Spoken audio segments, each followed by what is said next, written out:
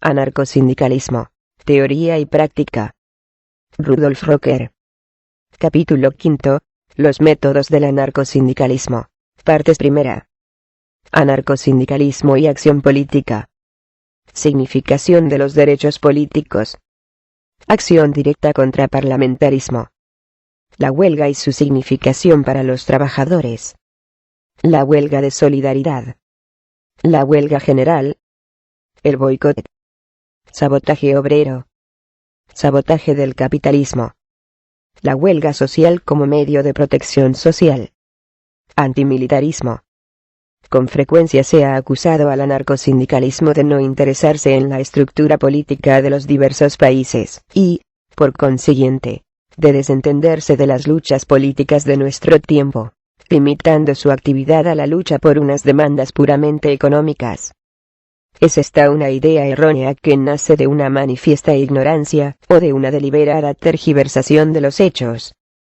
No es la lucha política como tal lo que diferencia a los anarcosindicalistas de los modernos partidos obreristas, ni en la táctica ni en los principios, sino la forma de mantener esta lucha y los objetivos que tiene a la vista. Es indudable que la mayor satisfacción de aquellos es pensar en el porvenir de una sociedad sin amos. Pero eso no obsta para que ya desde hoy encaminen sus esfuerzos a restringir la actividad del Estado, bloqueando la influencia de éste en todos los sectores de la vida, siempre que se ofrezca ocasión. Esta táctica es la que distingue el procedimiento anarcosindicalista de los propósitos y de los procedimientos de los partidos obreristas políticos, toda cuya actividad tiende constantemente a dilatar la esfera de la influencia del poder político del Estado, y a extenderlo cada vez en mayor medida incluso a la vida económica de la sociedad. Pero con ello, solo se logra preparar ya desde el comienzo el camino hacia una era de capitalismo de Estado que, si nos atenemos a las lecciones de la experiencia, puede resultar todo lo contrario de lo que el socialismo se esfuerza realmente por lograr. La actitud del anarcosindicalismo frente al poder político de nuestros días es exactamente igual a la que adopta frente al sistema de explotación capitalista. Sus afiliados ven con claridad meridiana que las injusticias sociales de este sistema no radican en inevitables excrescencias de la vida de relación, sino en el orden económico capitalista por sí mismo. Mas al mismo tiempo que sus esfuerzos se dirigen a la abolición de la presente forma de explotación capitalista, y a sustituirlo por un orden socialista, tienen muy en cuenta el trabajar, en todo momento, y por todos los medios a su alcance, por mermar el provecho de los capitalistas en las actuales condiciones, y elevar la participación de los auténticos productores en el disfrute de los productos que elaboran en el mayor grado que las circunstancias permitan. Los anarcosindicalistas proceden con la misma táctica en su lucha contra el poder político que haya su auténtica expresión en el Estado. Reconocen que el Estado moderno es precisamente consecuencia natural del monopolio económico capitalista, y que no sirve sino para mantener este estado de cosas poniendo en juego todos los instrumentos opresores del poder político. Pero si bien están persuadidos de que al desaparecer el sistema de explotación, también desaparecerá su instrumento político de protección, dando paso a la administración de los negocios públicos a base del libre acuerdo, no por eso dejan de ver, en manera alguna, que los esfuerzos del obrero en el actual orden político deben tener por inmediato objeto la defensa constante de todos los derechos políticos y sociales recabados, contra todos los ataques de la reacción, ampliando sin cesar el ángulo que abarca esos derechos, siempre y allí donde se presente ocasión. Porque de la misma manera que el obrero no puede permanecer indiferente ante las condiciones económicas de su vida en la sociedad presente, tampoco puede tenerle sin cuidado la estructura política de su país. Tanto en la lucha por la defensa de su pan cotidiano como en la propaganda de todo género conducente a la liberación social, necesita derechos políticos y libertades, y debe luchar igualmente por estos siempre que le sean negados, defendiéndolos con toda energía en cuantas ocasiones se trate de arrebatárselos. Es, por tanto, absurdo decir que el anarcosindicalismo se desinteresa de las luchas políticas de su tiempo. La heroica pelea de la CNT en España contra el fascismo es tal vez la mejor demostración de que no hay asomo de verdad en esa superchería. Pero el punto de ataque en las luchas políticas no está en los cuerpos legislativos, sino en el pueblo. Los derechos políticos no se engendran en los parlamentos, antes bien, les son impuestos a estos desde fuera. Ni siquiera su aprobación y promulgación ha sido durante mucho tiempo garantía de su cumplimiento. Lo mismo que los patronos, tratan siempre de anular toda concesión que hayan tenido que hacerle al trabajo, a la menor oportunidad que se les presente, en cuanto notan el menor síntoma de debilitamiento en las organizaciones obreras.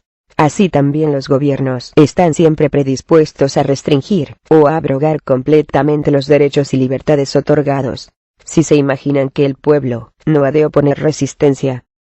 Incluso en los países en que desde hace tiempo hay esas cosas que se llaman libertad de prensa, derecho de asociación, y otras por el estilo, los gobiernos tratan constantemente de restringir esos derechos, o de interpretarlos a su antojo, por medio de quisquillosidades judiciales.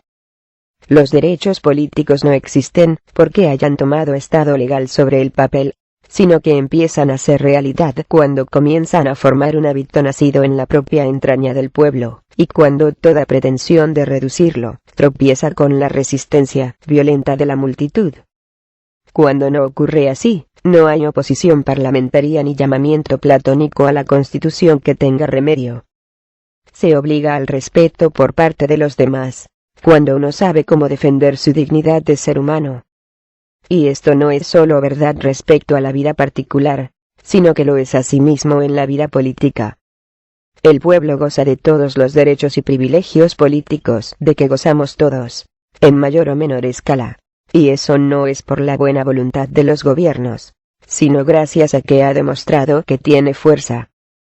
Los gobiernos han empleado siempre todos los medios que han hallado al alcance para evitar el logro de esos derechos, o para convertirlos en pura ilusión. Grandes movimientos de las masas y completas revoluciones han sido necesarios para arrancar, en ese forcejeo, los aludidos derechos a las clases rectoras, las cuales jamás hubieran accedido de buen grado a concederlos. Basta con repasar la historia de los 3 siglos últimos para comprender cuán inhumanas luchas ha costado el arrancar, pedazo a pedazo, cada derecho a los déspotas.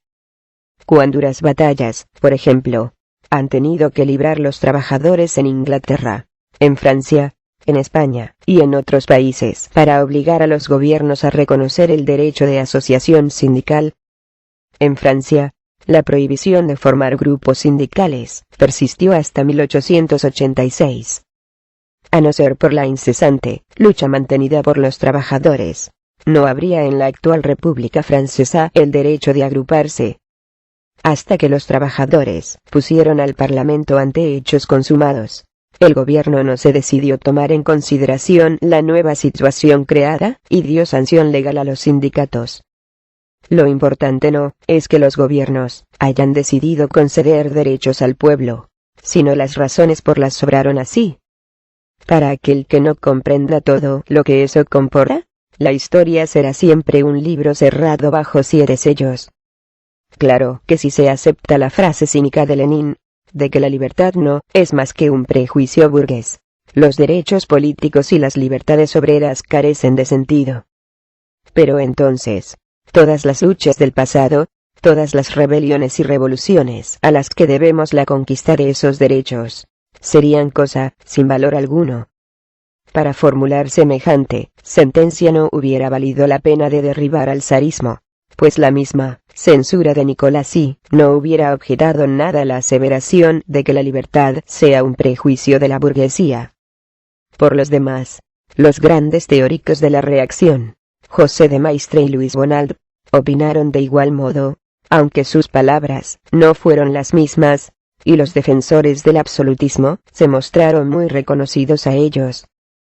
Pero los anarcosindicalistas son los que menos pueden equivocarse al juzgar la importancia de esos derechos de los trabajadores.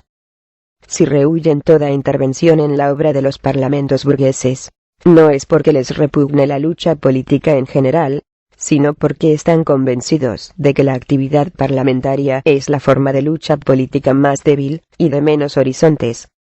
Para las clases burguesas, el sistema parlamentario es, sin duda alguna, instrumento adecuado para el arreglo de sus conflictos, cuando estos se presentan, y para hacer provechosa la colaboración, puesto que todos ellos tienen el mismo interés en mantener el orden económico vigente, y la organización política que lo sustenta.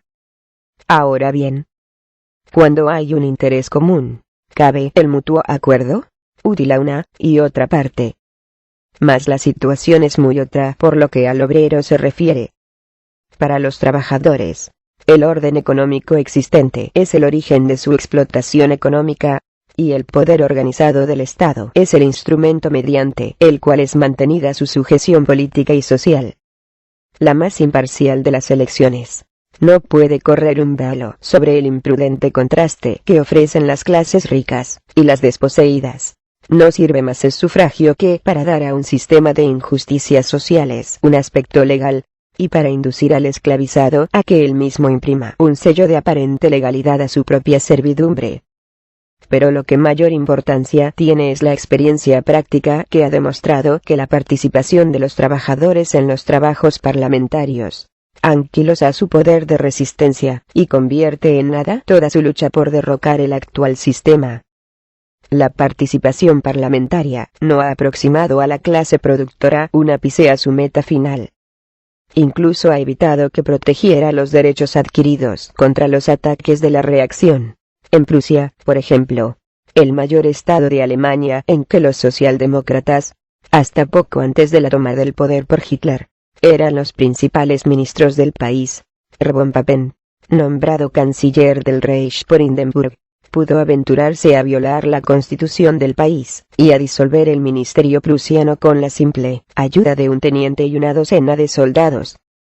Y cuando el Partido Socialista, desamparado, no pudo pensar en otra cosa, después de semejante brecha abierta en la legalidad, más que en apelar al Tribunal de Garantías del Reich, en vez de salirles al paso a los perpetradores del golpe de Estado con una abierta resistencia, la reacción comprendió en el acto que ya nada tenía que temer, y a partir de aquel momento pudo ofrecer a los obreros lo que se le antojó.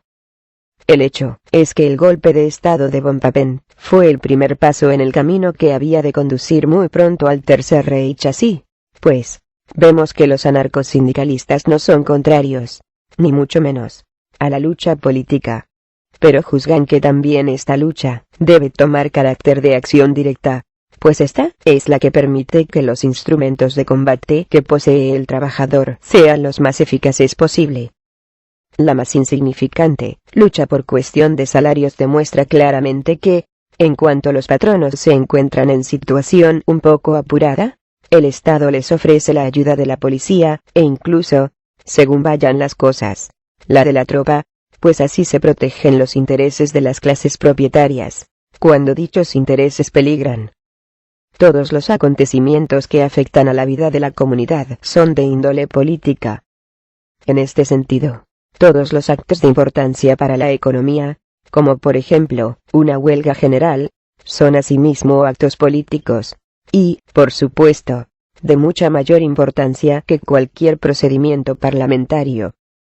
Es también una lucha de carácter político la contienda del anarcosindicalismo contra el fascismo, como también la propaganda antimilitarista, batalla esta que durante varias décadas solo han sostenido los socialistas libertarios y los sindicalistas, y que ha costado enormes sacrificios.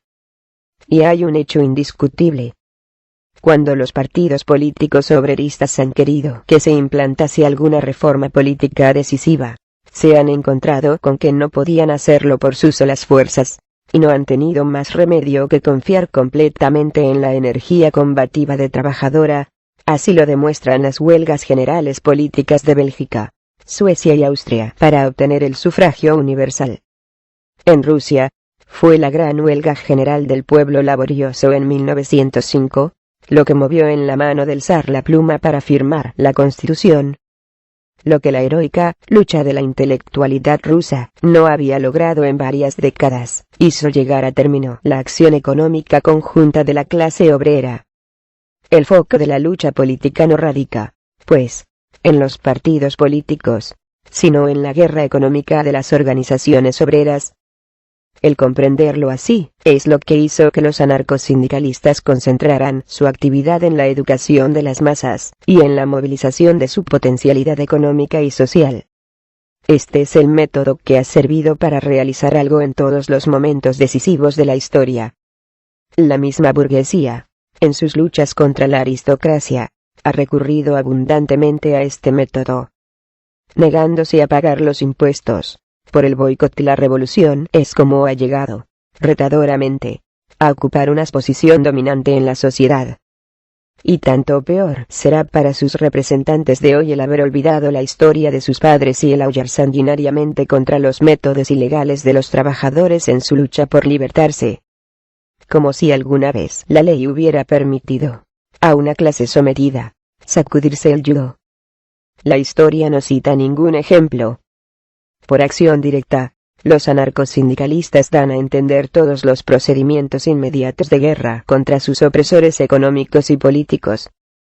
Entre esos procedimientos, los más salientes son la huelga en sus distintos grados, desde la simple lucha en demanda de mejora de salarios, hasta la huelga general, el boicot, las infinitas formas del sabotaje, la propaganda antimilitarista, y en casos sumamente críticos, como el que se ha presentado actualmente en España, la resistencia armada del pueblo en defensa de la vida y la libertad. Entre estas diversas formas de lucha técnica, la huelga, es decir, la negativa organizada a trabajar, es la más usada. Desempeña, por lo que a los trabajadores respecta, un papel equivalente al de los frecuentes levantamientos de campesinos en la edad feudal. En su forma más sencilla, la huelga es el medio de mejorar la condición general de la vida del obrero, y de defender las mejoras ya logradas, contra las medidas concertadas de los patronos. Pero la huelga no es para el proletariado solamente un medio para la defensa de sus inmediatos intereses económicos, sino que es una escuela constante para el empleo de su energía o capacidad de resistencia, pues le demuestra, un día y otro, que el menor de sus derechos tiene que ser ganado por medio de incesante lucha contra el sistema vigente. Tanto las organizaciones combativas de los trabajadores, como la misma lucha cotidiana en torno al salario, son consecuencia del orden económico capitalista, y, por consiguiente, constituyen una necesidad vital para el obrero. Sin ello, éste se vería hundido en el abismo de la miseria. Es cierto que el problema obrero no puede resolverse solamente con huelgas por el aumento de los jornales, pero esas huelgas son el mejor instrumento educativo para que los trabajadores se percaten de la verdadera esencia del problema social, adiestrándolos en la lucha para la liberación de los sometidos a la esclavitud económica y social. También tiene un valor axiomático la afirmación de que mientras el trabajador tenga que vender sus manos o su cerebro a un patrono, nunca obtendrá más que lo estrictamente indispensable para ir viviendo. Pero las necesidades indispensables a que tiene que atender no son siempre las mismas, sino que cambian constantemente con los requerimientos que el trabajador hace a la vida. Aquí llegamos al punto de la significación general cultural que encierra la lucha del trabajo. La alianza económica de los auténticos productores no solo les proporciona un arma para obligar a que se les mejore el nivel de vida, sino que se convierte para ellos en una escuela práctica, en una universidad de experiencia, en la que adquieren instrucción e ilustración, en inestimable medida. Los experimentos y sucesos prácticos de la lucha cotidiana de los trabajadores se traducen en un precipitado intelectual en sus organizaciones, ahondando su comprensión y ampliando las perspectivas de su pensamiento. Por la constante elaboración intelectual de sus experimentos en la vida, se desarrollan en los individuos necesidades nuevas y nuevos estímulos en distintos campos de la vida del pensamiento. Precisamente en este desarrollo estriba la gran significación cultural de esas luchas. Una verdadera cultura de la inteligencia y la demanda de más altos reclamos a la vida son cosas que no pueden producirse mientras el hombre no haya alcanzado cierto nivel material de vida que le haga capaz de ello. Sin este preliminar, toda aspiración intelectual superior queda desplazada. Hombres constantemente amenazados por una espantosa miseria, apenas pueden concebir nada que se refiera a altos valores intelectuales. Hasta que los obreros, después de varias décadas de lucha, no alcanzaron por sí mismos un tipo de vida mejor, no pudo hablarse entre ellos del desarrollo intelectual y cultural.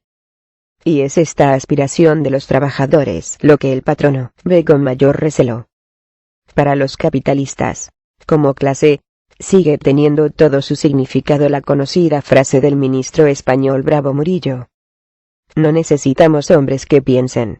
Entre los obreros, lo que se necesita son bestias de labor. Uno de los resultados más importantes de luchas económicas diarias es el desarrollo del sentido de solidaridad entre los trabajadores, cosa que para ellos tiene un alcance muy distinto que la coalición política de los partidos, en la que entra gente de todas las clases sociales. Una sensación de mutua ayuda, cuya fuerza se renueva constantemente en la brega ininterrumpida por las necesidades de la vida, que está de continuo reclamando con el máximo apremio la cooperación de los seres sujetos a las mismas condiciones, obra en forma muy distinta que los abstractos principios de partido, que, por lo general, no tienen más que un valor platónico. Nace la conciencia vital de un destino común, y gradualmente se desarrolla hasta formar un nuevo sentido del derecho, llegando a ser la condición ética preliminar para todos los esfuerzos de liberación de una clase oprimida. Fomentar y robustecer esta natural solidaridad de los trabajadores, y dar a cada movimiento huelguístico un carácter social más profundo, es una de las tareas que se han impuesto los anarcosindicalistas. Por eso una de sus armas preferidas es la huelga por solidaridad, que ha tenido en España un desarrollo de una amplitud sin igual en otros países. Este procedimiento hace que la batalla económica se convierta en una verdadera acción de los obreros como clase. La huelga solidaria es la colaboración de las categorías de industrias colaterales, pero también de las no relacionadas entre sí, con objeto de prestar ayuda en la lucha por el triunfo a un determinado ramo, haciendo extensivo el paro a otras industrias cuando se juzga conveniente. En este caso, los trabajadores no se contentan con prestar socorro económico a sus hermanos en lucha, sino que va más lejos, y, paralizando industrias enteras, causan una rotura en el conjunto de la vida económica, con objeto de lograr que sus reclamaciones sean atendidas realmente. Fin del capítulo 5. Los métodos del anarcosindicalismo. Partes primera. Anarcosindicalismo. Teoría y práctica.